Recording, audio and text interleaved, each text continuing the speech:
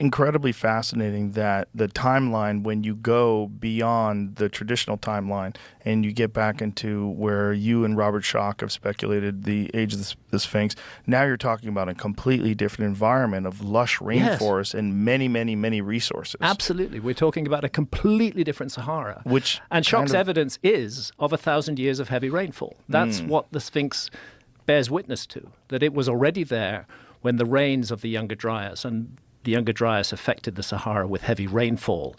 Just as further north it changed the climate and made it much colder in the Sahara, it became much wetter. And it's that period of rains that are the most likely culprit for weathering the Sphinx in the way it is. But it could have stood there for thousands of years before that. There's also very clear evidence that the face in the Sphinx is much younger, right? No doubt about that whatsoever. The first problem is the ancient Egyptians were masters of proportion. The ancient Egyptian art is rightly world famous for its quality, and they didn't get things out of proportion. They wouldn't make that elementary error when they create this giant statue, carving it out of solid bedrock. But the head of the Sphinx is way too small in relation to the body. It looks like the head of a pin. It doesn't fit with that 270-foot long, 70-foot high body. It looks very much as though the Sphinx once had a much larger head. Can you show us a photo of it, Jamie? It's also much less weathered.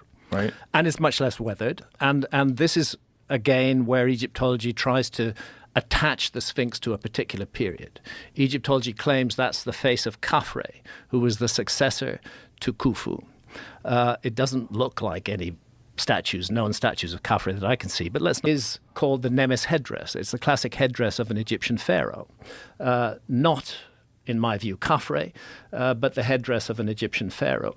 But it's on a head that is way too small by comparison with the body. And both Schoch and I and John Anthony West, Manu Seifzadeh, who's another excellent researcher in this field, we all feel that the Sphinx was almost certainly a complete lion at one point. It was a lion with a huge mane.